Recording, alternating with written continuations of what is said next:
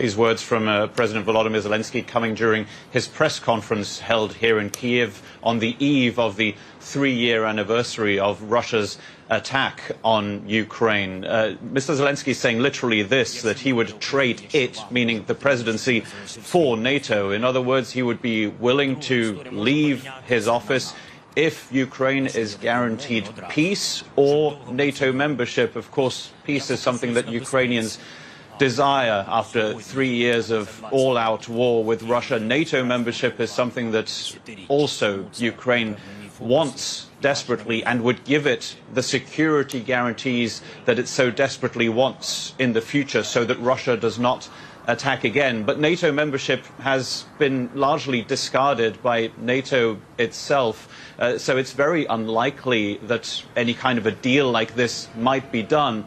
And speaking of the possibility of a deal, it must be said that this has not been a demand from anybody for Zelenskyy to leave the presidency. It hasn't been a demand from Moscow, though of course the Russians don't like the figure of Volodymyr Zelenskyy, but it hasn't been a clear demand from them, and it also hasn't been a demand from the United States. Now, I mention Washington because this question comes up, I think, in the context of President Donald Trump calling Volodymyr Zelenskyy a dictator without elections. The call from Donald Trump being this one, that Ukraine should be holding elections even during wartime, during martial law here in Ukraine. That has been roundly rejected by Zelenskyy, but I think that might be one of the reasons why this question has come up in the first place. This comes at a crucial moment for Ukraine, obviously, with the 3-year anniversary coming up tomorrow, but also with the possibility of actual peace negotiations seemingly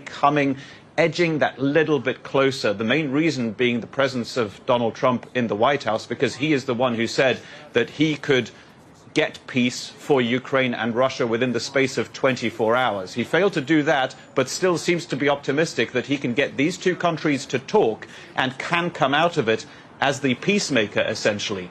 But there are some very, very strict demands from both sides for this to happen, and they cancel each other out.